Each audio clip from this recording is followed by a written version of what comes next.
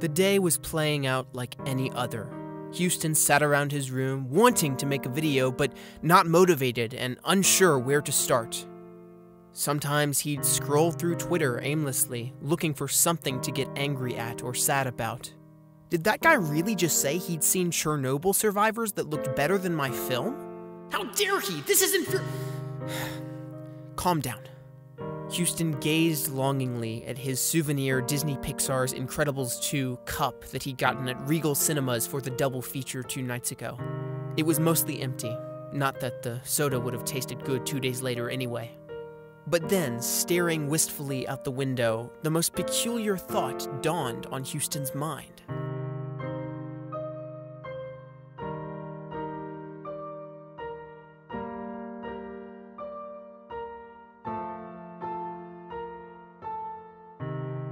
I could go outside!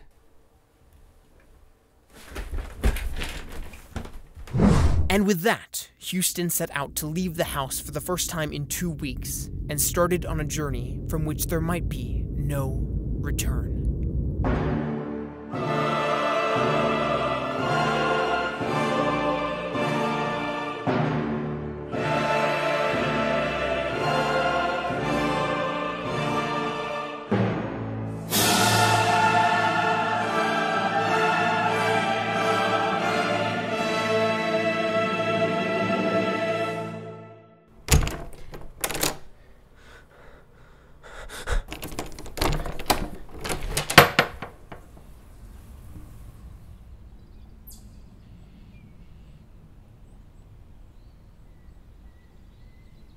The cool evening air swooshed past Houston's face. The night was pleasant, maybe even peaceful. Of course, the grass did need to be mowed, but that aside, what if we filmed the video out here? I know what I have to do.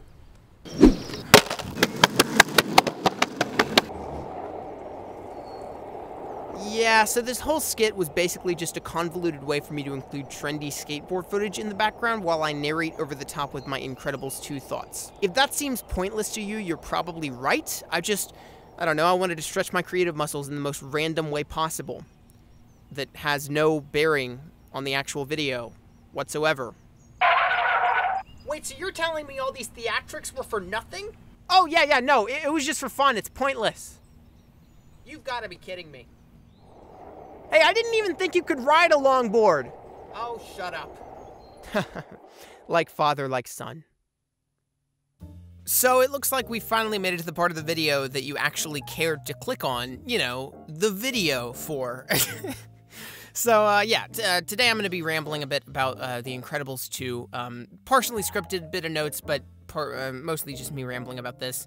I saw this at the double feature on Wednesday night and just had a great time. It was just a really, really wonderful time. Seeing the first film on the big screen again was one of the best theater experiences of my life. It was just wonderful. And it cemented the thought in my head that it might be one of the greatest superhero films, if not the greatest of all time. Definitely one of the greatest animated films.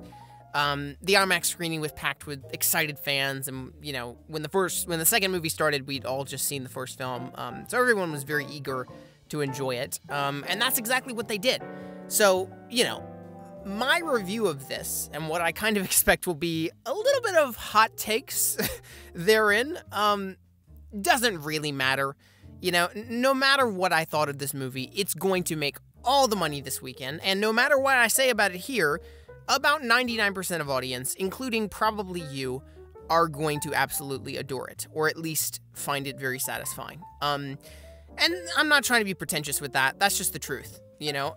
And don't get me wrong, like, this is all for great reason, you know? I don't think people are like, I'm not sitting here going like, oh, all these stupid people enjoying this bad movie. No, like, the reasons people are going to love this movie are great reasons. It is massively entertaining through and through. It's funny, it's sweet, it's visually spectacular, and really gorgeously animated, and for the most part, it's even really well directed. But unfortunately, and in fact, probably shockingly, especially given Brad Bird's history, it is not well written, like, at all. I was kind of blown away, honestly, by how sloppily written the entire thing was. So, Incredibles 2 picks up right where the first movie left off 14 years ago, and if you saw the double feature like I did, the memory is still as fresh in your mind as ever. There were a few things that I thought were a little bit odd about continuing the sequel, like literally seconds from the point where the original ended. It's not a terrible flaw to do that, but I did think there were some interesting points to make about that. Chief of these was that it kind of set the precedent that this would be a direct continuation of the storyline set up by the first film. You know, like a second chapter in the same book. You know, you think of something like Lord of the Rings. The second movie in Lord of the Rings is a direct continuation of the first movie. They are not two separate adventures. And starting this movie where the first one finished makes it feel like it will be that, but in fact it turns out to be an entirely new and in many ways more disposable adventure, for better and worse. And yeah, I did say disposable. It's funny. This movie has much larger stakes than the first film, but somehow you don't sense them nearly as much, and that was one of my biggest flaws with it. Despite the movie's kind of relatively small scale, despite the first movie's relatively small scale, I should say, you know, the original film is, half of it is just a family running around on an island, partially due to budget. It still always, despite that scale, feels very large in scope. Even in the dramatic sense, where Syndrome's character is paying off something that happened to Bob like over a decade ago. So it feels like the events in the Incredibles' lives have been building to this, you know? Incredibles 2, while it has bigger and more expansive stakes on paper, you know, it's got much more locations and characters and bigger action sequences and more spectacle, it somehow feels more like a throwaway adventure than anything else. And it has very little bearing on what we already knew. You know, it's a Saturday morning cartoon feeling more than anything. And the worst part is that you can tell it wants to be more, but it can't quite make it to that level. Saturday morning cartoon would not have been how I would have described the first Incredibles movie. You know, in fact, there's literally a scene in the first movie where Helen tells her children that things aren't going to play out like they do in cartoons. You know, she says, this isn't like Saturday morning cartoons. The guys here will kill you. and that is Brad Bird's way of saying that the family is in real mortal danger and they need to be aware of it. You know, and that always stuck with me as something that the first film was edgy enough to do for a kid's film, you know, was established that they could be killed by bullets, you know. And that was a large part of what made the first film so great in the first place in general. It felt real. And even while it retained its status as a family film, you know, I mean, it's still something that you can show to kids. There was always a more mature edge under the surface that you did begin to sense when you got older. And especially seeing it in IMAX for me at 18 years old, I was like, wow, every time I see this, there's always something more mature that I didn't sense when I saw it as a kid. It felt like there were consequences, it felt like people could die, and it never once felt overly comic booky.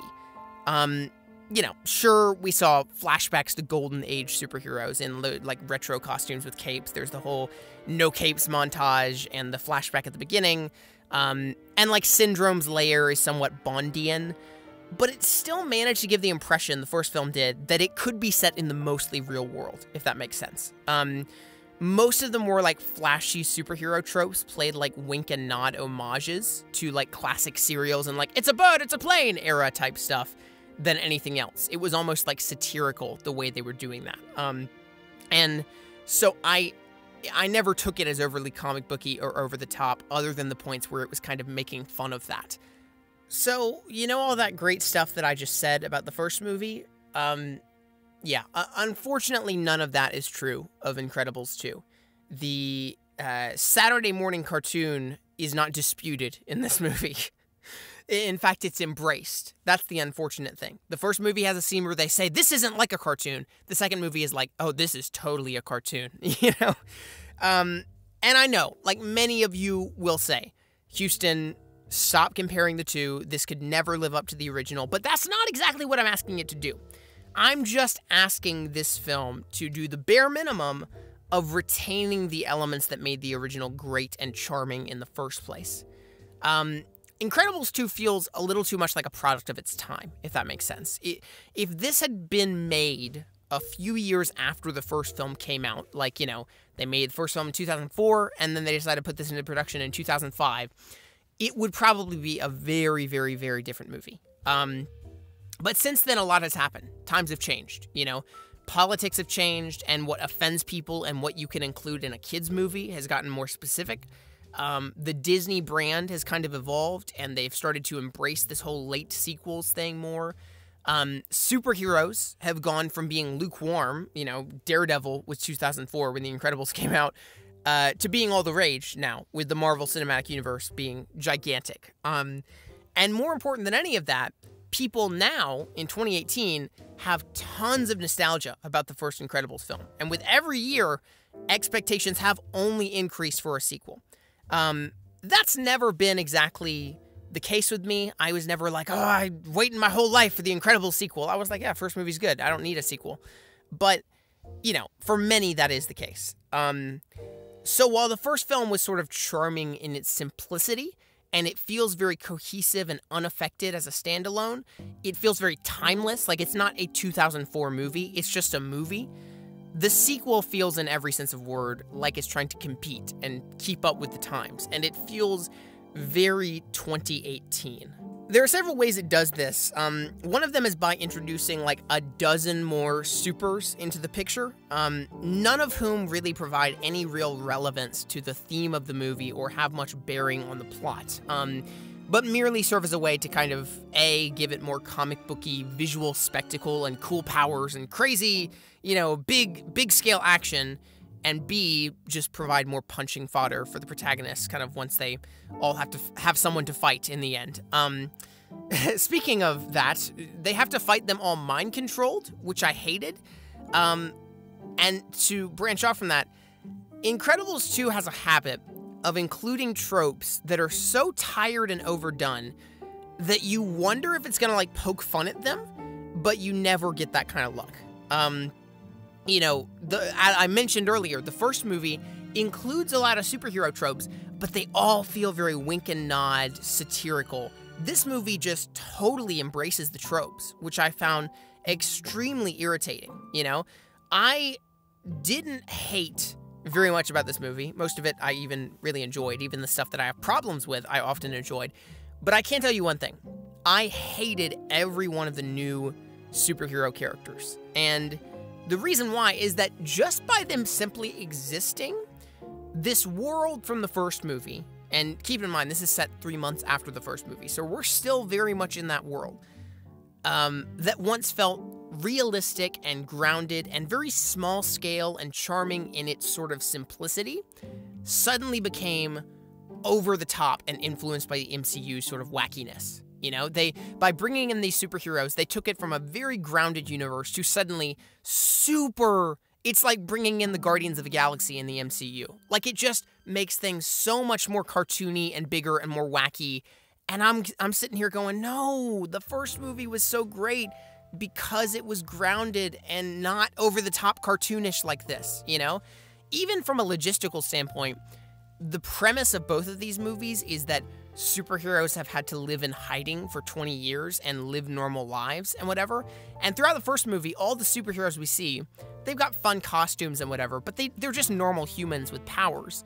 The superheroes introduced in this are like giant, there's like a hulking orange guy and a guy who looks like a toad and like spits lava, and there's a guy who literally is like half owl. And I'm like, that kind of ruins the conceit of this universe that, like, all the superheroes were living normal lives up till now.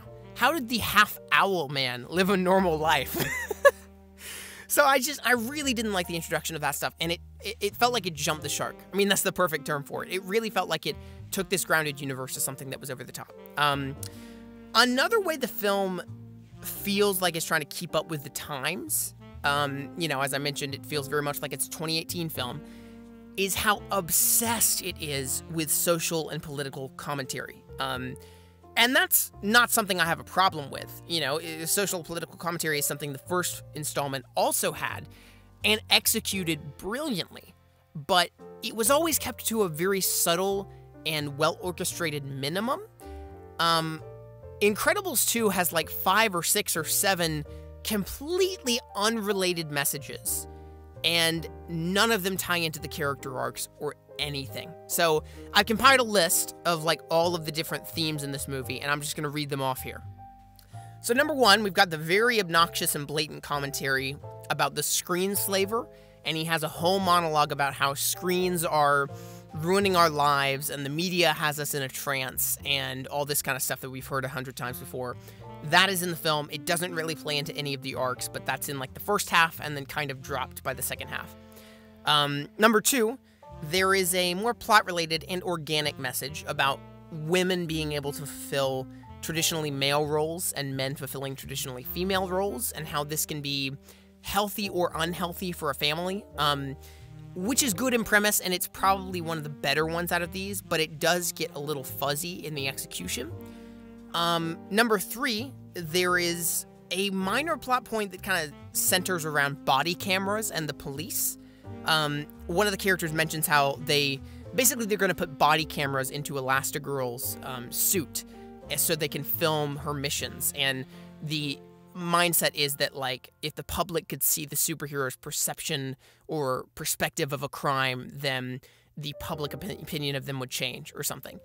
And that feels very 2018. It feels almost as if they added in that very minor thing that would be easy to add in just to keep it topical or something.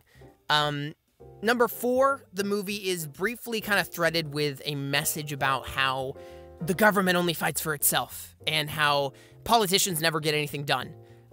There's a line from the agent guy who says, like, politicians get suspicious when people do what's right or something like that. And there's a whole kind of commentary on how the bureaucracy of government limits actual heroism being accomplished. Again, I like that theme, but it's very minor and only in the first act or so. And then number 5, the villain's motivation is the sister, and basically her story is how basically she thinks that superheroes take away our independence they cause us to resort to calling for outside help instead of fending for ourselves, is essentially her point. And I thought that was a pretty solid motivation. I like that idea. But it really has nothing to do with the rest of the movie. It's dropped on us like a jackhammer. Is that a term? Dropped like a jackhammer? But it's dropped on us like a ton of bricks. That's a better term.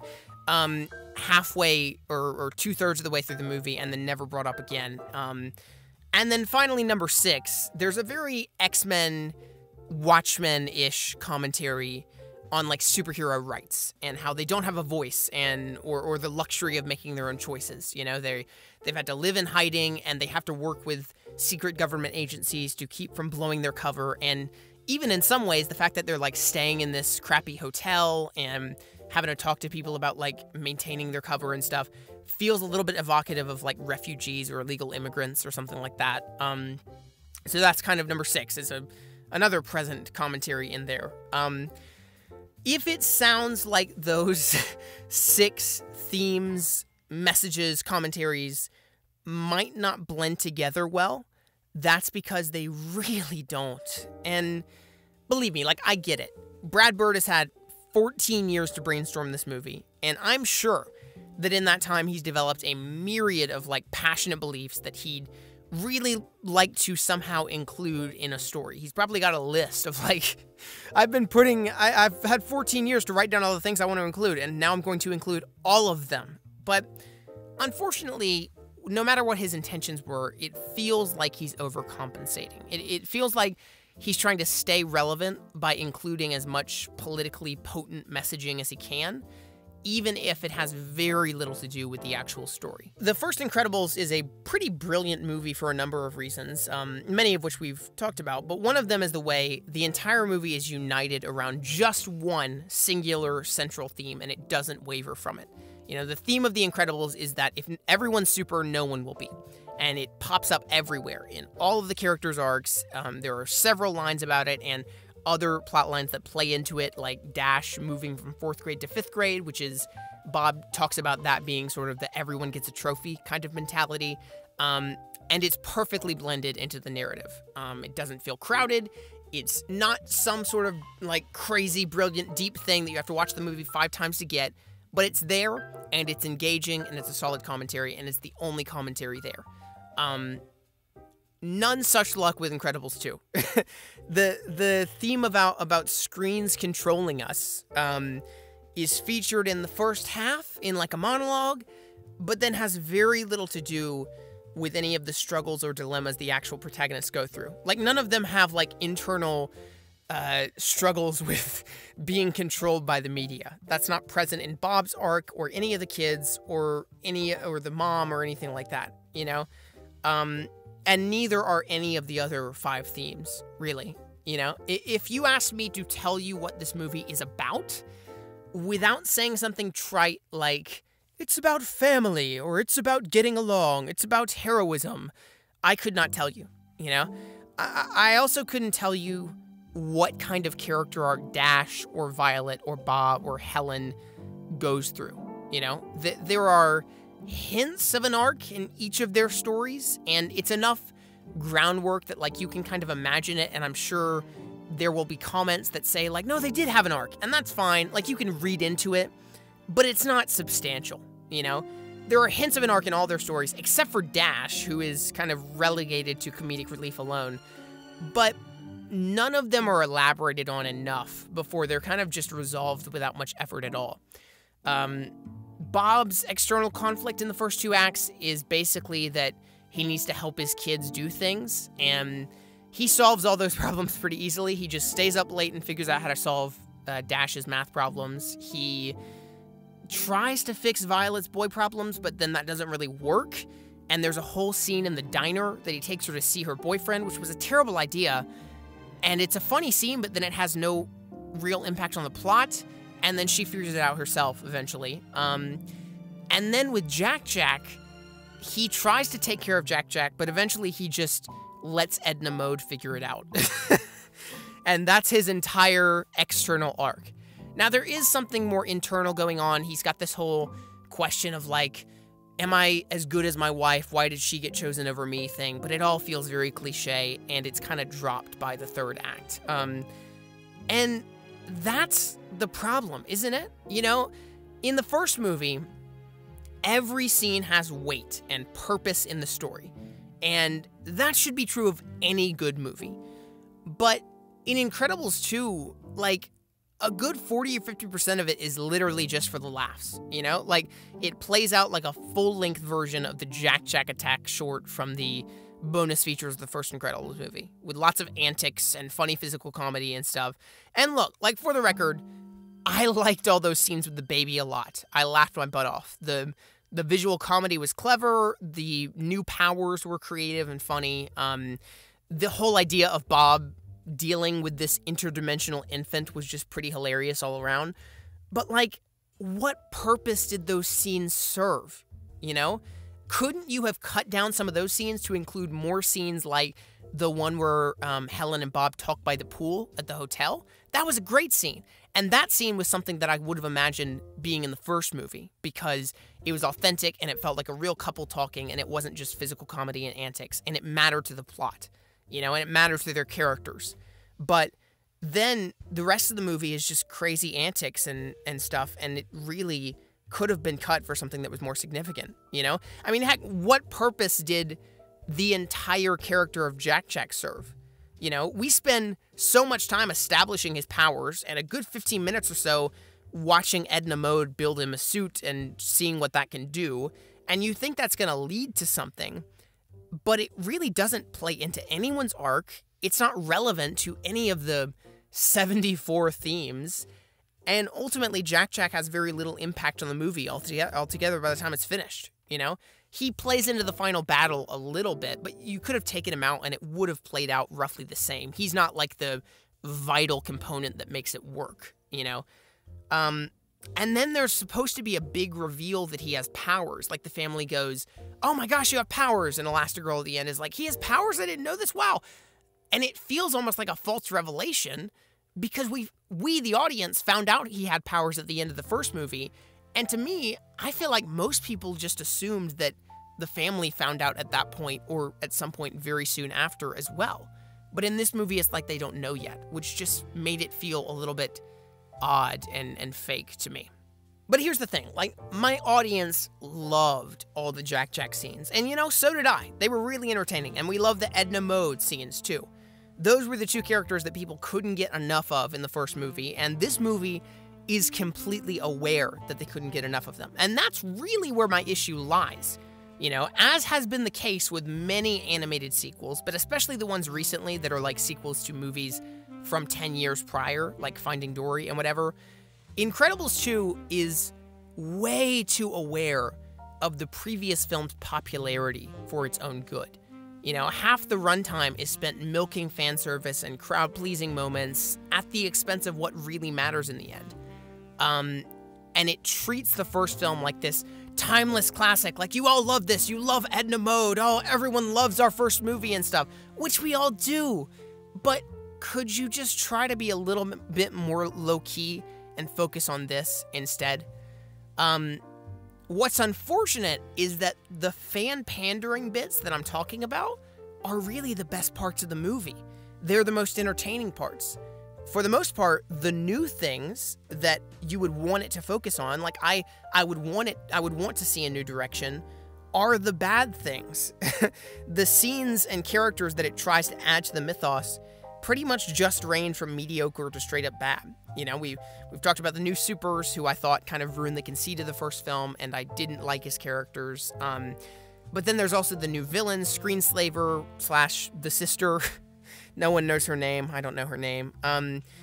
And everything feels like it's wrapped up in a bow too tightly, especially with the new things. You know, there's a scene towards the end where Elastigirl is talking to the villain, the sister, who knows her name, and she's basically, her evil plan to like ruin the reputation of superheroes has been enacted. And she tells Elastigirl, like, you'll never come back from this. I've ruined your reputation in the public forever, and they're never going to believe you and believe what you have to say. And it seems like she's got a pretty good point. And you're like, wow, that's a pretty strong plan. This is a dark turn. Maybe the ending of this movie is that superheroes do have to remain in hiding or something. That would be a bold choice. But then 10 minutes later, and with very little explanation, the superheroes have saved the day, and the public doesn't seem to have any problems with the whole mind control thing or anything like that. And if this were any other kids movie, I'd be like, all right, that's cliche, and you've wrapped it up too tightly and easily, but fine, it's a kids movie, I accept it. But this is The Incredibles. Like, the first movie is so great because it feels real, and it has consequences, and because it doesn't wrap things up in a bow. And people make mistakes, and characters have to live with those mistakes. And that's why, like, while it's fun, Elastigirl's plotline in this movie isn't anywhere close to as interesting as Bob's in the first movie, which is that there's no conflict or dilemma. You know, in the first film, we have a very classic example with Bob of a character who is doing something wrong, which is going behind his wife's back to kind of feed his ego and be a superhero. But we understand why he's doing it, and even in many ways want him to succeed at doing it.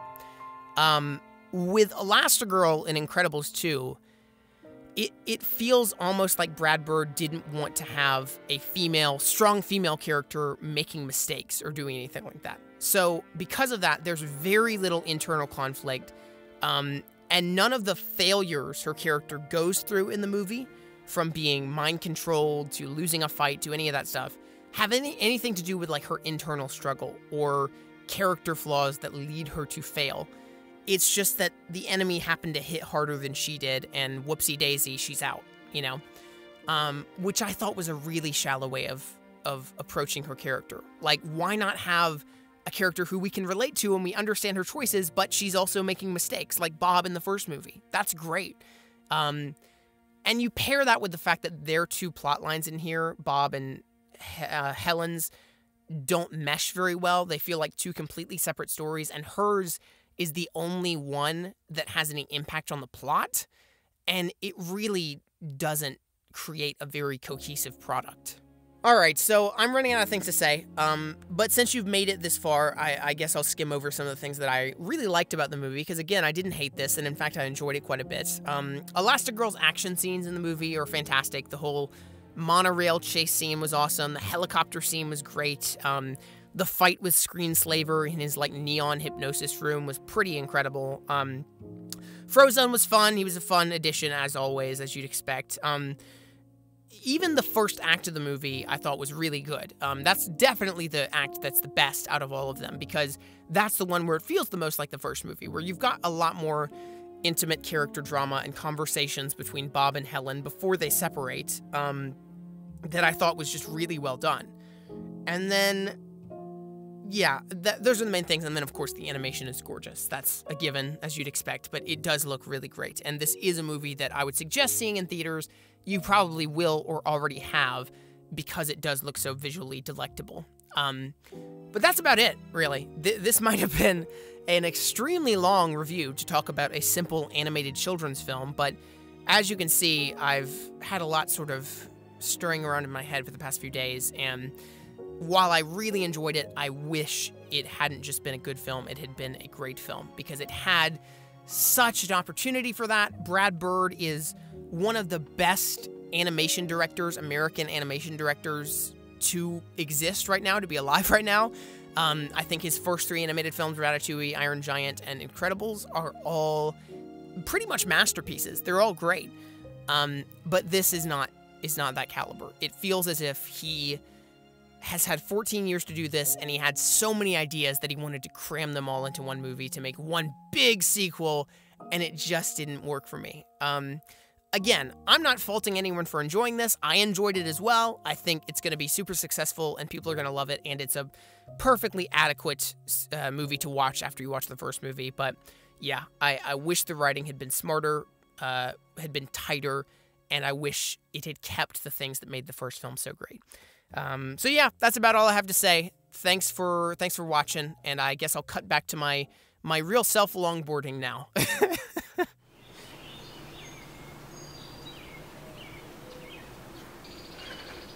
Well, I wish I had some insightful remarks, but be sure to like and subscribe.